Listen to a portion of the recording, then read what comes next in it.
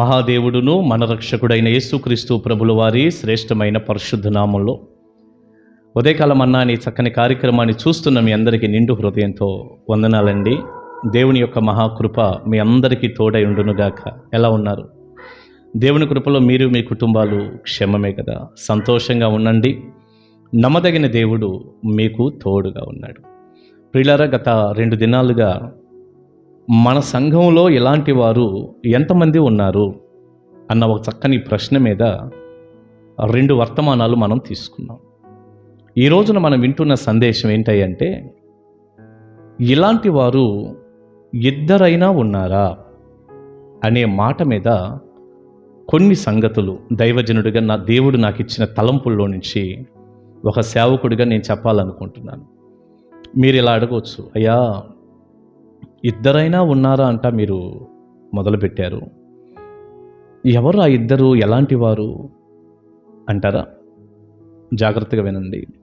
సాధారణంగా మనం ప్రజలు ఎక్కువ మంది ఉండటాన్ని బట్టి చాలా పరవశిస్తూ ఉంటాం. మొన్నటి దినాన చెప్పిన మాటే మళ్ళీ ఒకటి గుర్తు చేస్తున్నాను. మంచిదే, ప్రజలు ఎక్కువ ఉండటం అనేది చాలా సంతోషిద్దాం మనం. ఈ రోజున చాలా పరిచర్లోనండి బోలెడు మంది వేలల్లో కనపడుతున్నారు, కొన్ని సంఘాల్లో లక్షల్లో కనపడుతున్నారు. ఉండాలి, సంఘాలు దీవించబడాలి. ఎంత ఎక్కువ దీవించబడితే అంత మంచిది. ఒకవేళ అలా వేల మంది లేరనుకోండి, కొద్ది మందే ఉన్నారనుకో, అది చిన్న పరిచర్యగా చిన్న సంఘంగా ఉండిద్ది. లోకపు దృష్టిలో ఇదేముందండి చిన్న పరిచర్య, అది కొద్ది మంది ప్రజలు ఉంటారు ఇక్కడ, అంతే కదా. అమ్మో అక్కడ ఎంతమంది ఉన్నారు.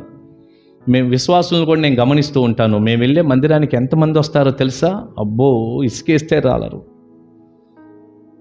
ఇక అక్కడ ఆ మందిరానికి వెళ్ళే వాళ్ళు కొద్ది మంది ప్రజలు ఉంటారండి అనే పదాలు మీరు ఎప్పుడైనా విన్నారా? నేనైతే బోలెడు సార్లు విన్నాను.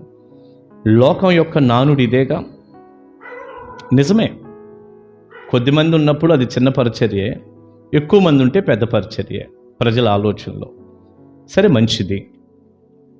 యేసు ప్రభువారి సంఘం ఎంతో తెలుసా మీకు? కేవలం 12 మంది. ప్రియులారా, ఇలాంటి నేను బైబిల్లో చాలా చెప్పగలను మీకు, కానీ ఉదయకాలం అన్నాలో నేను అన్ని చెప్పలేను కదండి. కేవలం 12 మంది మాత్రమే యేసు ప్రభువారి సంఘం. శిష్యులేగా మిగిలింది లాస్ట్కి. యోహాను సువార్త 6వ అధ్యాయం మీరు హాయిగా చదవండి. వచ్చిన గుట్టల మంది ప్రజలు మొత్తం వెళ్ళిపోయారు యేసయ్య బోధకి. 12 మందే ఉన్నారు చివరికి. ఈ 12 మందిలో ఒక వ్యక్తి తప్పిపోయాడు. 11 మంది ఉన్నారు. తర్వాత ఏదో మత్తయిని తీసుకున్నారనుకోండి, చీట్లు వేసి. కానీ దేవుడు అంగీకరించలేదు. ఆయన దృష్టిలో, ఆయన లెక్కలో ఉన్నవాడు దైవజనుడైన పౌలు గారు. 12 మంది.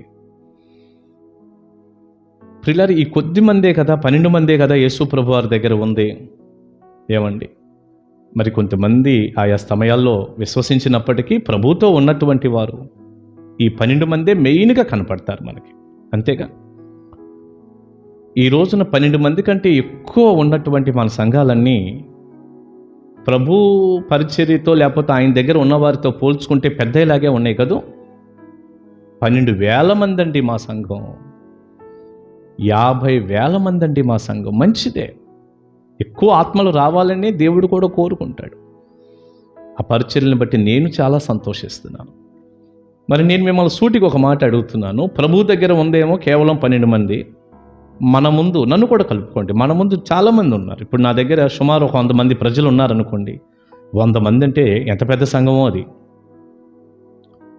అయితే మన ముందు ఉన్నటువంటి ఒక అమూల్యమైన మాట ఏంటంటే, యేసు ప్రభువారి దగ్గర ఉన్న ఆ 12 మంది అపోస్తులు ఉన్నారే, అలాంటి క్వాలిటీ కలిగిన వారు ఇద్దరు కనుక మన పరిచర్యలో ఉంటే, కేవలం 2, ఇక మనం జీవితం అంతా 100 సంవత్సరాలు బ్రతికి చేసిన సేవ అంతా ప్రయోజనకరంగా ఉన్నట్టే. ఆ క్వాలిటీలో 2 కనుక కనపడితే మీకు మీ పరిచర్యలో, ఒకవేళ 2,000 మంది మీ సంఘం అనుకో, యేసయ్య శిష్యులు లాంటి శిష్యులు 2 వ్యక్తులు కనుక మీకుంటే, 2 వ్యక్తులు, అసలు ఇక ఆ పరిచర్య చాలా బ్లెస్ అయినట్టే లెక్క. గొప్ప పరిచర్య కిందే లెక్క. ఒక దైవజనుడిగా దేవుడు నాకు ఇచ్చిన జ్ఞానంలో నుంచి అయితే నేను అదే చెప్పగలను. ఉన్నారో లేరో చూసుకోండి. ఇంతకీ వాళ్ళు ఎలాంటి వారు, అలాంటి వారు ఉన్నారా లేరో చూడాలంటే అన్నయ్య వాళ్ళు ఎలాంటి వారో తెలియాలి కదా అంటారా? ఆ శిష్యుల యొక్క జీవిత చరిత్రలు మీరు చదవండి, వారి విధానాలు మీరు చూడండి, వారి త్యాగాలు, వారు దేవునితో ఉన్నటువంటి ఆ కమిట్మెంట్, ప్రభువుని వారు ప్రేమించిన విధానం, దేవుని పని కొరకు వారు చేసిన త్యాగాలు, ప్రాణం దేవుని కొరకు అలా అర్పించేశారు. చంపేస్తుంటే చంపుకో అన్నారు కానీ ప్రభువుని మాత్రం వదిలిపెట్టలా. అందరూ హతసాక్షులుగానే చనిపోయారు, ఒక్క యోహాను తప్ప.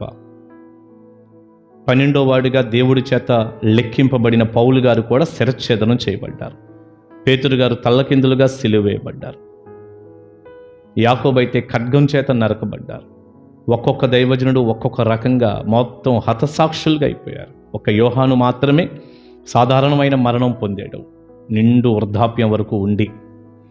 వారందరూ అలా ఎలా చనిపోగలిగారు? వెనక్కి తిరిగి ఎందుకు చూడలేదు? ఎన్ని ఇబ్బందులు వచ్చినా, ఎన్ని చిత్రహింసలు వచ్చినా, ప్రిలరా ఎంత రక్తం కారుతున్నా కూడా అసలు ఈ లోకాన్ని పెంటతో సమానంగా ఎంచుకొని ఈ లోకంలో ఉన్నది ఏదీ కాదు ముఖ్యం అనుకుంటూ వారు ప్రాణత్యాగాలు చేశారు.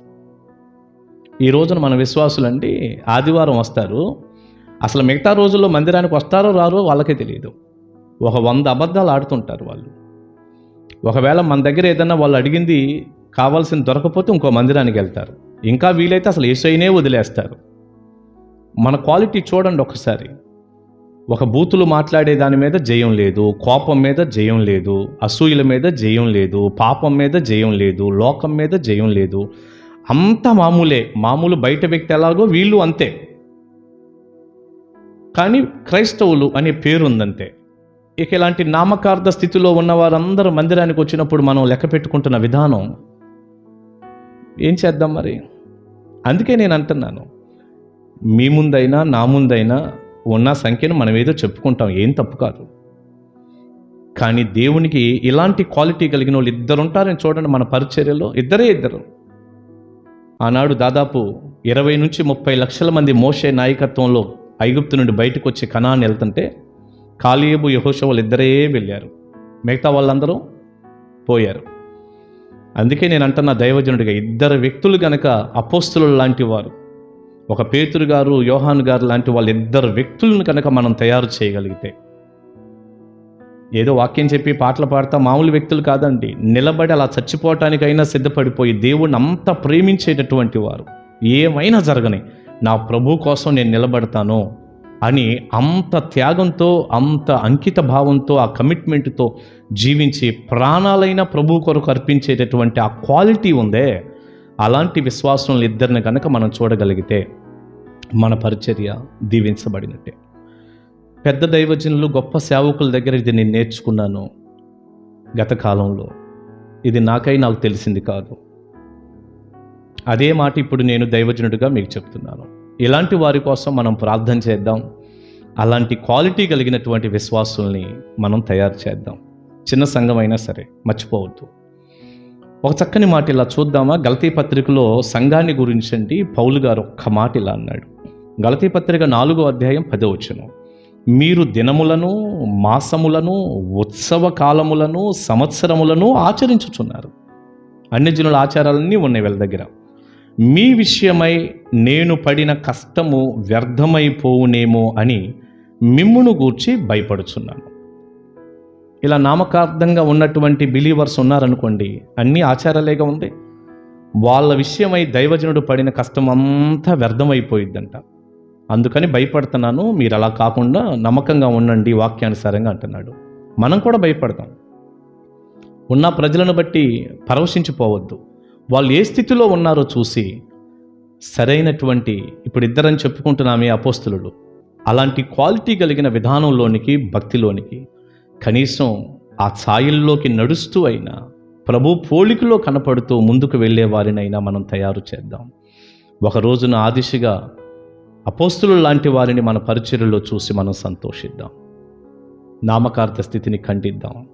తప్పకుండా సంఘం క్రీస్తు సారూప్యంలో ఎదిగేటట్టు మన వంతు మనం పనిచేద్దాం. దైవ దీవెన ఆశీర్వాదాలు నిండారులుగా మనందరికీ ఉంటునుగాక. ప్రార్థన చేసుకుందాం. పరిశుద్ధుడు తండ్రి, విత్తబడిన ఈ సందేశం మీ ప్రజలకు దీవెనకరంగా చేయండి. మా సంఘాల్లో మీరు ఏర్పాటు చేసుకున్న అపోస్తలులు లాంటి వారు 2 వ్యక్తులున్నా చాలయ్యా, మా సేవ ఫలించినట్టే. కానీ మేమైతే చూడలేకపోతున్నాం, అస్సలు చూడలేకపోతున్నామయ్యా. అంత నామకార్థ స్థితి, ఒట్టిపోయిన పరిస్థితి. ఆదివారం వచ్చి హాజరించుకొని వెళ్ళిపోతున్నారే కానీ ప్రాణమైనా నా ప్రభు కొరకు ఇస్తాను అంతటి విశ్వాసం కలిగిన వారిని మేము కనుగొనలేకపోతున్నాం. అలాంటి సంఖ్య మా సంఘాల్లో పెరుగును కాక కృప చూపండి. ఈ వర్తమానపు దిశగా అనేకుల్ని ఆ రీతిగా రేపండి.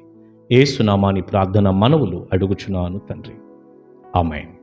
God bless you. దేవుని కృప మీ అందరికీ తోడై ఉండును గాక. కలుసుకుందాం ఉదయకాల మన్నాలో.